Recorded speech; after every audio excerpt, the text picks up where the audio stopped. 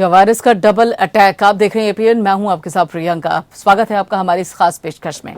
और आज हम बात करेंगे वायरस के डबल अटैक की, जीका और कंपा वायरस के अटैक की।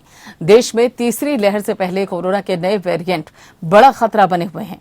अब उत्तर प्रदेश में एक और वेरिएंट ने चिंताएं बढ़ा दी हैं। उत्तर प्रदेश में कोरोना के कपा वेरिएंट से संक्रमित 2 और रोगी मिले और किंग जॉर्ज मेडिकल यूनिवर्सिटी के लैब में कोरोना से संक्रमित हुए 109 लोगों के सैंपल की जीनोम सीक्वेंसिंग की गई, तो उसमें 2 रोगी कंपा वेरिएंट से संक्रमित मिले हैं। और इससे पहले गोरखपुर में एक मामला सामने आ चुका है। उधर 107 सैंपल में डेल्टा वेरिएंट मिला, जो कोरोना की दूसरी लहर में काफी तबाही मचा चुका है। कोरोना के तीनों वेरिएंट खतरनाक है, लेकिन डेल्टा प्लस सबसे ज्यादा खतरनाक बताया जा रहा है। दूसरे नंबर पर कपा वेरिएंट और डेल्टा तीसरे नंबर पर है। कपा तेजी से फैलता है और उसके कारण मौत भी ज्यादा होती है। उत्तर प्रदेश में कपा वेरिएंट के अब तक 3 मामले सामने आ चुके हैं और कपा से संक्रमित गोरखपुर के बुजुर्ग की जून में मौत भी हो चुकी है और इनके सैंपल की जांच नई दिल्ली स्थित institute of genomics and integrative biology में कराई गई थी और बीते गुरुवार को ही इसकी रिपोर्ट आई थी। अब नए रोगी सामने आने के बाद सतर्कता और बढ़ा दी गई है। नेपाल की सीमा से सटे जिलों में विशेष अभियान चलाकर स्क्रीनिंग की जा रही है। फोकस टेस्टिंग के साथ जीनोम सीक्वेंसिंग भी पर्याप्त संख्या में कराई जा रही है। केजीएमयू के माइक्रोबायोलॉजी विभाग के अध्यक्ष प्रोफेसर अमिता जैन के मुताबिक ये प्रदेश के लिए नया नहीं है, डेल्टा प्लस की तुलना में कम खतरनाक है और कपा वेरिएंट B.1.617 वंश का म्यूटेशन से बना हुआ है। वहीं केरल में कोरोना के साथ जीका वायरस का खतरा चिंता बढ़ाने लगा है। राज्य में शुक्रवार को 13 नए मामले सामने आए और एक दिन पहले ही एक गर्भवती महिला भी बताया जा रहा है कि उसमें भी इस वायरस की पुष्टि हुई थी। जीका वायरस से संक्रमित होने के लक्षण डेंगू जैसे होते हैं, जैसे कि बुखार आना, शरीर पर चकत्ते पड़ना और साथ ही जोड़ों में दर्द। राज्य के स्वास्थ्य मंत्री के मुताबिक पुणे स्थित राष्ट्रीय विषाणु विज्ञान संस्थान को 19 संदिग्धों के सैंपल भेजे गए थे और इनमें से 13 लोगों में जीका वायरस की पुष्टि हुई। संक्रमितों में डॉक्टर समेत 13 स्वास्थ्य कर्मी शामिल हैं और जीका वायरस संक्रमित महिलाओं से पैदा हुए बच्चों में माइक्रोसेफली पैदा कर सकता है और इससे जन्म लेने वाले बच्चे का सिर सामान्य से छोटा होता है और इससे मस्तिष्क के विकास की समस्याएं होती हैं और इसके साथ ही नवजात शिशु का सही से विकास नहीं हो पाता और साथ ही उसे आगे जाकर सुनने की समस्याओं का भी सामना करना पड़ सकता है। जिका वायरस एडीज इजिप्टी और साथ ही एडीज एपोपिक्टर प्रजाति के मच्छरों के काटने से फैलने वाली एक बीमारी है और ये मच्छर डेंगू और चिकनगुनिया के वायरस भी फैलाते हैं। एडीज मच्छर आमतौर पर दिन में काटते हैं और पड़ोसी राज्य केरल में जिका वायरस के मामलों से चिंतित कर्नाटक ने इस बीमारी के फैलने से रोकने के लिए दिशा निर्देश जारी किए। अधिकारियों को घरेलू क्षेत्रों में एडीज के प्रजनन को रोकने के लिए ठोस कचरे का निपटारा करने के निर्देश दिए हैं। सवाल यह है कि कपा वेरिएंट कितनी बड़ी चुनौती है और इसकी रोकथाम के लिए क्या कदम उठाने जरूरी हैं। कपा संक्रमण की पहचान कैसे की जाए और क्या इसे लेकर नई गाइडलाइंस की जरूरत है। केरल में मिला जीका वायरस कितना खतरनाक है और इसे दूसरे राज्यों में फैलने से कैसे रोका जाए।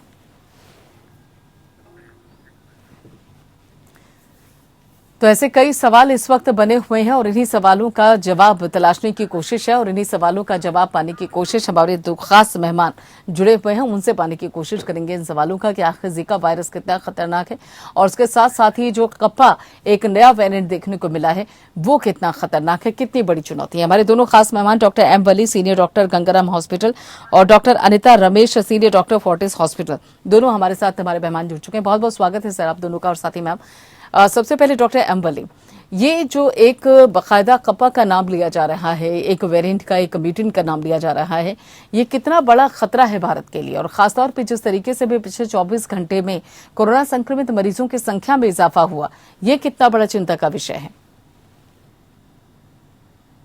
जी प्रियंका जी, आप बहुत अच्छी तैयारी और बहुत अच्छी रिसर्च आपका चैनल करता है। आप बहुत ज्यादा इसके बारे में इन्फॉर्म्ड होते हैं। आपने बिल्कुल ठीक पॉइंट्स रेज किए कि ये जो हमारे केसेस की तादाद बढ़ी है, 42,766 हो गई है, डेथ का आंकड़ा बढ़ा है और पिछले 3 दिन से आपके चैनल में और मुख्तलिफ चैनल पे वो जो रिपोर्ट्स दिखाई जा रही हैं कि लोग रिवेंज टूरिज्म कर रहे हैं और घर से निकले हुए हैं और बहुत ज्यादा इस पर चर्चा हो रही है। यहाँ तक कि प्रधानमंत्री जी को भी कहना पड़ा कि ये जो हम लापरवाही बरत रहे हैं, बाहर निकल रहे हैं, ये वायरस के फैलने में वायरस को मदद करेगी और हमारा नुकसान करेगी। तो ये कोई छोटी बात नहीं है, ये बहुत बड़ी बात है। प्रधानमंत्री जी आप खबरदार कर रहे हैं, हम खबरदार कर रहे हैं। और वाकई में देखिए इसके खतरे को कोई बैरोमीटर नहीं है हमारे पास जिससे हम उसको नाप सकें।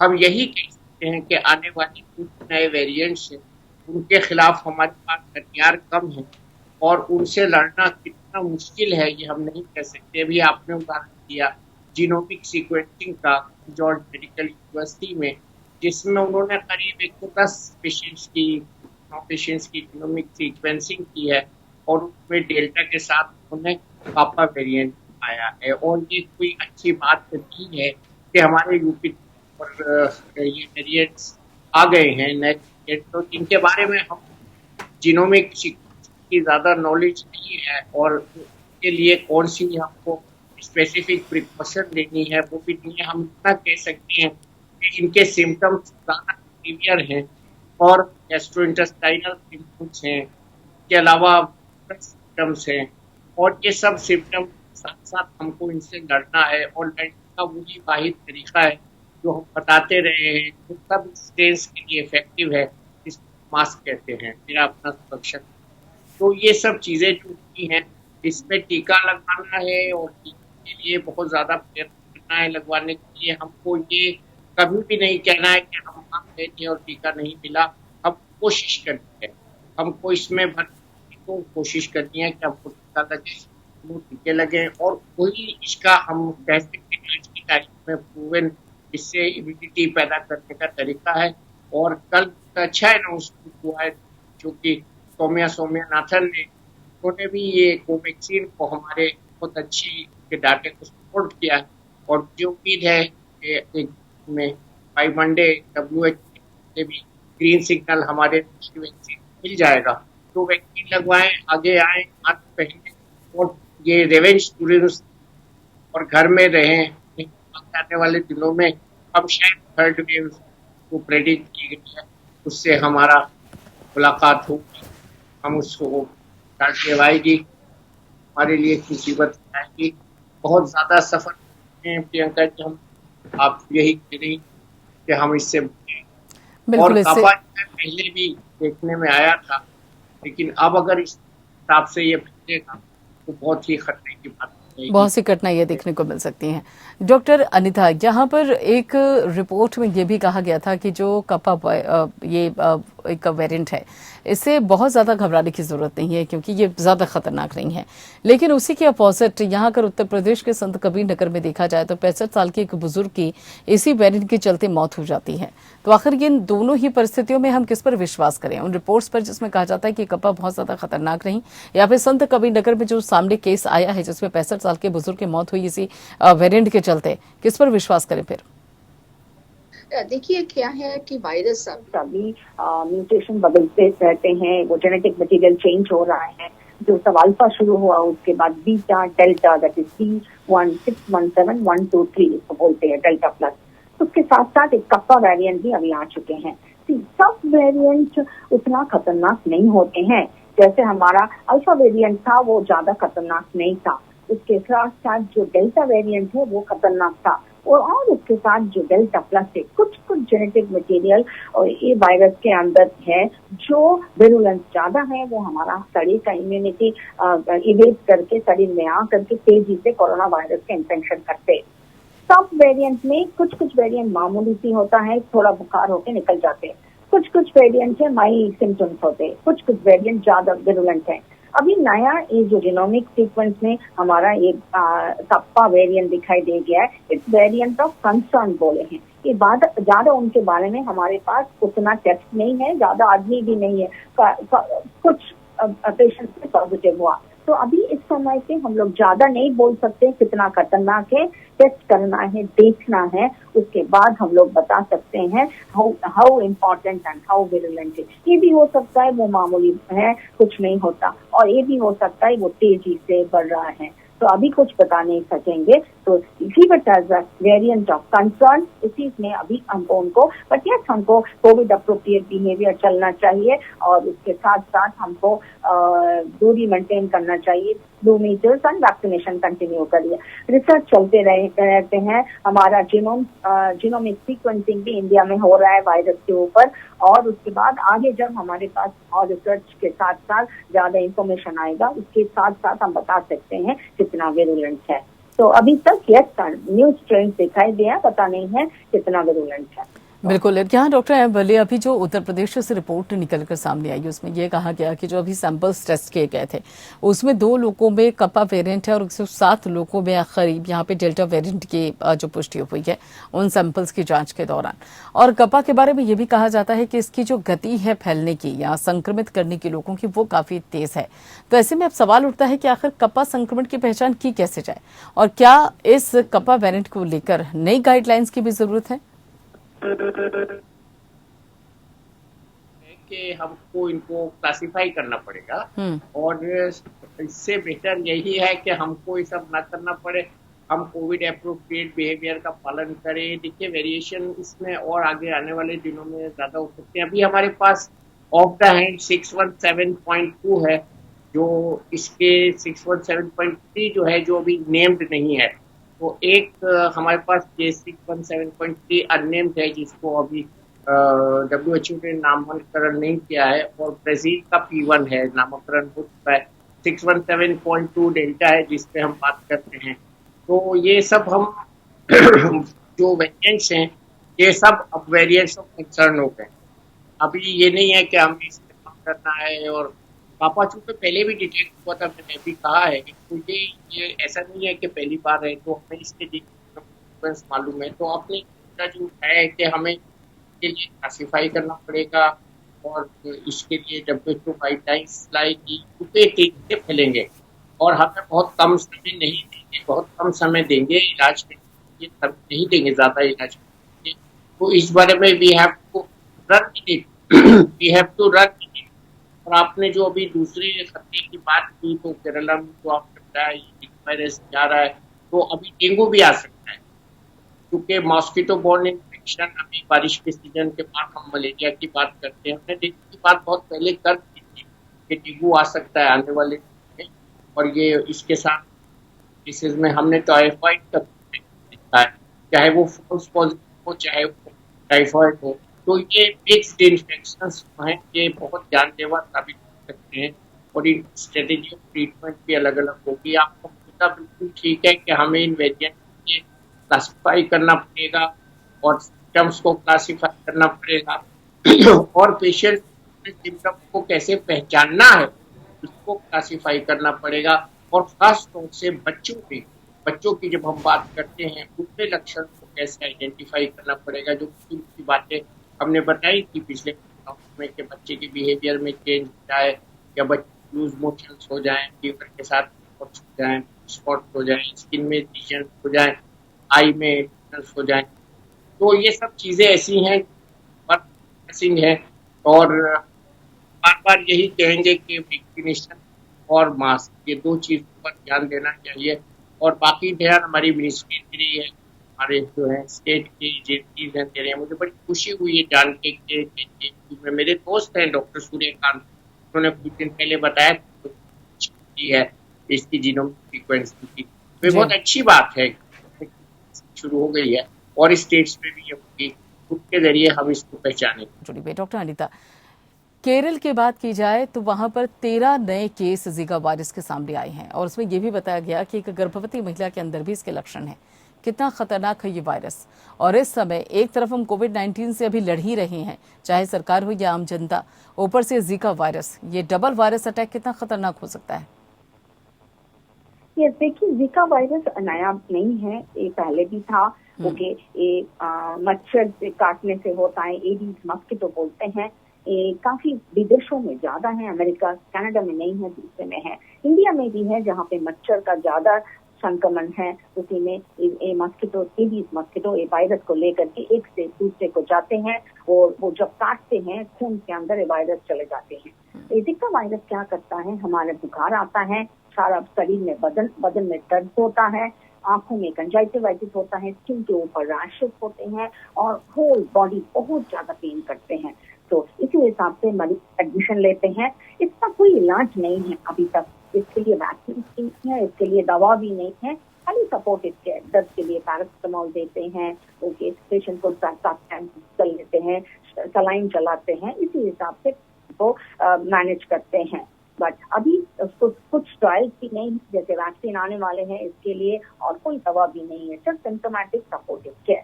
तो ये जिका वायरस पहले भी था, उसको दिखाई नहीं दिया, इतना बहुत ज्यादा खतरनाक है। बट इनके साथ साथ कोविड के साथ साथ जिका वायरस क्या करेगा उसके बारे में पता नहीं है। अभी केरला में कुछ केसेस अभी दिखाई दे गया है, गर्भवती लेडीज को, प्रेग्नेंट लेडीज में भी आता है, बिकॉज मच्छर किसी को भी बाइट कर सकते हैं, तो इसी हिसाब से किसी को भी हो सकता है, इस टाइप के सिम्टम्स भी हो सकता है। तो हमको अवेयर रहना चाहिए कि अगर ये बुखार कोरोना से है कि जिका से है, जिका के अलग से कोई ट्रीटमेंट नहीं है, भर्ती करके सपोर्टिव केयर करना है। कोरोना से तो हमको पता है क्या करना है, माइल्ड इन्फेक्शन में, मॉडरेट में, सीवियर में। तो दोनों वायरस ये खतरनाक हो भी सकता है, नहीं भी हो सकता है। एज ऑफ नाउ अभी डेटा नहीं है, जैसे हमने पहले बताया कप्पा स्ट्रेन के बारे में भी हमारे पास उतना डेटा नहीं है। जिका एंड कोविड डेटा दोनों साथ साथ के बाद भी हमारे पास रिसर्च चल रहा है, उतना डेटा नहीं है बोलने के लिए कि यस दोनों साथ में खतरनाक ज्यादा हो सकता है। बट यस मामूली तो नहीं है, नेग्लेक्ट नहीं करना है, और इसको बहुत ध्यान से ट्रीटमेंट करना है, स्पेशल सेंटर्स में जाना चाहिए, और जीनोमिक टेस्टिंग काफी हमको तेजी से करना, तो नया नया चेंज भी पकड़ जाएंगे। और अगर नया इन्फेक्शन है जैसे जिका, आपको पता था कि पहले हमारा म्यूकोरमाइकोसिस फंगल का इन्फेक्शन भी हुआ, अभी थोड़ा कम हो गया, अभी जिका दिखाई दे रहा है। तो we have to see, research have to continue. और एक इसके बाद साथ साथ के हमें बताना चाहते हैं, पहले आपने जो पूछे हैं कप्पा स्ट्रेन के बारे में, कप्पा स्ट्रेन के अंदर L453 बोल के म्यूटेशन होता है एंड K बोल के और एक म्यूटेशन होता है। तो L453 थोड़ा स्ट्रॉन्ग है म्यूटेशन, उसमें ज्यादा खतरनाक है, एंड काफी वैक्सीन में उतना असर नहीं रहता है इस म्यूटेशन की वजह से। इसीलिए इस स्ट्रेन को थोड़ा स्ट्रेन ऑफ कंसर्न बोले हैं। बट एज ऑफ नाउ दर्शकों को हम बताना चाहते हैं, घबराने का जरूरत नहीं, it is not very dangerous, और ये कितना विरुलेंट है अभी पता नहीं है। अपने आप कोविड अप्रोप्रिएट बिहेवियर कंटिन्यू करिए। यस, ICMR ने डिक्लेयर किया है कोवैक्सीन, कोविशील्ड दोनों इस स्ट्रेन के ऊपर काम कर रहा है, तो आपने टाइम पर, समय पर, सही ढंग से आप वैक्सीन भी ले लीजिए। तो घबराने का अभी तक जरूरी नहीं है। बिल्कुल। बट देन हमको रिसर्च चलेगा, नया वैक्सीन आने वाले हैं। अगर तो इसके साथ साथ बहुत सारे बीमारी आ सकते हैं, जैसे अभी फंगल इन्फेक्शन हो गया, जिका वायरस आ रहा, फ्यूचर में क्या आएगा पता नहीं है। But the medical system should be alert. हम लोग को इलाज के लिए तैयारी करना है, एंड टेस्टिंग के लिए ज्यादा टेस्टिंग करिए, रिपोर्ट करिए, और आगे आइए इलाज के लिए। बिल्कुल, यानी कि टेस्टिंग और खास तौर पे अगर देखा तो अलर्ट रहने की ज्यादा जरूरत है। डॉक्टर एम वली, यहाँ पे दो चीजें देखने को मिली। देखिए, एक तरफ तो कोविड-19 यानी कि कोरोना वायरस की बात की जाए तो इसको लेकर भी कोई खास दवाई है नहीं, हालांकि वैक्सीन जरूर उपलब्ध है, और वहीं पर जिका वायरस को लेकर भी कोई खास ट्रीटमेंट नहीं है, जैसे कि डॉक्टर अनिता ने भी बताया है। वहीं हमने देखा भी है कि 1940 में युगांडा में किस तरीके से प्रकोप फैला था इसका, और उसके बाद ये कई देशों में फैलता चला गया, 80 से ऊपर देशों में ये फैलता हुआ नजर आया। ठीक उसी तरीके से कोरोना वायरस ने भी कई देशों को अपनी चपेट में ले लिया है। ऐसे में अब अगर केरल में जीका वायरस के 13 मरीज देखने को मिले हैं, जिसमें एक गर्भवती महिला भी है, तो अब ये समस्या कितनी विकराल मानकर चला जाए। हालांकि डॉक्टर अनिता कह रही कि ज्यादा डरने की जरूरत नहीं है, लेकिन अगर ये दूसरे राज्यों में भी फैलता है तो समस्या कितनी बड़ी हो सकती है, और कैसे इसको फैलने से रोका जाए फिर। देखिए, केरला एक ऐसा राज्य है जहाँ टूरिज्म बहुत ज्यादा है, तो फैलने से रोकने के इसके दो ही तरीके हैं। एक तो हम जो चीज इसको फैला रही है, जो मॉस्किटो फैला रहा है, उसको रोकने को हम वेक्टर कंट्रोल कहते हैं। और आई नो केरला जो है पहले भी जीका से जूझ चुका है, और उनको बहुत ज्यादा इसमें महारत है वेक्टर कंट्रोल में। इसके अलावा एक टीम भी भेजी गई है केंद्रीय स्वास्थ्य मंत्रालय की तरफ से, जो स्टेट को जाके हेल्प करेगी, जिसके मेंबर्स हैं ऑल इंडिया इंस्टीट्यूट के डॉक्टर, ऐसा मैंने देखा है। और तीसरा ये है कि हम सब मच्छरदानी लगाने की प्रैक्टिस करें। मच्छरदानी एक ऐसा हथियार है मास्क की तरह का, जिससे मच्छर का हमारे शरीर में बाइट जो है वो कंट्रोल हो सकती है। आपने भी बताया कि ज्यादातर ये जो वायरसेस हैं ये दिन में बाइट करते हैं, तो अपने घरों में कंजेशन कम करें, फ्लावर पॉट्स के अंदर पानी वगैरह जहाँ जहाँ कूलर्स पानी जो भी पानी की इकट्ठी होने की वाटर लॉगिंग प्लेसेस हैं वहाँ कंट्रोल करें। और जीका का जो है इफेक्ट जो है लेडीज में बहुत ज्यादा, प्रेग्नेंट लेडीज करना हो सकता है, आपको बताया। और ये दो विशेष जो आपने मच्छर के नाम लिए थे, बहुत जरूरी है ये जानना। और सफेद चित्ती वाला मच्छर होता है जो सीधा बैठता है और दिन में इसको पहचाना जा सकता है। तो मॉस्किटो रिपेलेंट क्रीम बच्चों जो बिस्तर वगैरह है उनके आसपास लगाने, बच्चों के गाल वगैरह पे न लगाएं, पैरों पे न लगाएं। मैं हमेशा कहता हूँ मॉस्किटो रिपेलेंट क्रीम बच्चों की बॉडी पे न लगा कि जो कॉट है उस पे लगा सकते। और मॉस्किटो रिपेलेंट के अलावा स्प्रेज होते हैं। सबसे ज्यादा इसमें हमको करना है ये है कि घरों को मॉस्किटो प्रूफिंग करना है, जाली वाले दरवाजे लगाने हैं और मच्छरदानी लगानी है। तो काफी हद तक हमारे हाथ में है इसका कंट्रोल। और बाकी गवर्नमेंट के काम होते हैं, वेक्टर कंट्रोल काम होते हैं, करते हैं, उनके असिस्टेंस के लिए केंद्र ने सहायता दी है। इसके अलावा हमको बहुत जरूरी है कि हम साफ सुथरा रहें, घर की कंजेशन कम रखें और जो घर में ऐसी जगहें हैं, कोने हैं, उनमें स्प्रेज करें, रिपेलेंट मॉस्किटो रिपेलेंट स्प्रे करें, तो हम काफी हद तक इसमें कंट्रोल पा सकते हैं। ये सिचुएशन है जिसमें कई बीमारियां एक साथ आ सकती हैं। भी बताया कि डेंगू है, टाइफाइड है, जीका है, मलेरिया है, ये सब जो है एक साथ आ सकती है। और इसके जो टीका के बारे में जब हम बात करते हैं तो इसका जो डर है प्रेग्नेंट लेडीज ज्यादा होता है, जो आपने बताया कि जो कैफली जिसमें कलर का साइज हो जाता है, ब्रेन का हो जाता है। जी। और दूसरा ऑटिज्म के बारे में आपने बताया, तो ये बहुत अच्छी बात आपने बताई। और उसके बारे में मैं ये कहूँगा कि प्रेग्नेंट लेडीज, अभी डिलीवरी भी हुई है उस प्रेग्नेंट लेडीज केरला में जिसको जीका इन्फेक्शन पाया गया था। तो ये एयर इन्फेक्शन हैं, हमको सभी बीमारियों से बचाव के लिए अपनी सेहत, खान पान, सफाई, इन तीन चीजों का ध्यान रखना होता है। और अगर हम इन तीन चीजों का ध्यान रखेंगे बहुत सी बीमारियां खुद ब खुद हमसे दूर हो जाएंगी, हम जाएंगे और हमको स्वस्थ लाभ मिलेगा। इसमें अच्छे खान पान का बहुत बड़ा स्थान है, अच्छी नींद का बहुत बड़ा स्थान है, सफाई का बहुत बड़ा स्थान है। तो ये सब चीजें हमारी जीवन शैली का एक हिस्सा होनी चाहिए। फिर भी जाते जाते हम कहूंगा, मास्क लगाएं, बिल्कुल, लगवाने की बिल्कुल कोशिश मास्क करें लगाएं और उसके और साथ-साथ ही जो हैंड सोशल सैनिटाइजर डिस्टेंसिंग है, ये इन सभी का पालन किया जाए। और साथ ही ज़िका वायरस, जिसके बारे में दोनों हमारे डॉक्टर्स लगातार कह भी रहे हैं कि यहाँ पर भी सुरक्षा की ज़रूरत है। अगर आपके आसपास कहीं पर भी पानी इकट्ठा होता है तो उस जगह की सफाई कीजिए और एहतियात बरतनी बहुत ज़रूरी है। बहुत-बहुत शुक्रिया डॉक्टर एम्बरी, साथ ही डॉक्टर अनिता, आप दोनों का इस महत्वपूर्ण जानकारी के लिए, हमारे दर्शकों को ये महत्वपूर्ण जानकारी देने के लिए। तो फिलहाल हमारी इस खास पेशकश में इतना ही और बाकी खबरों के लिए आप जुड़े रहिए एबीपी के साथ।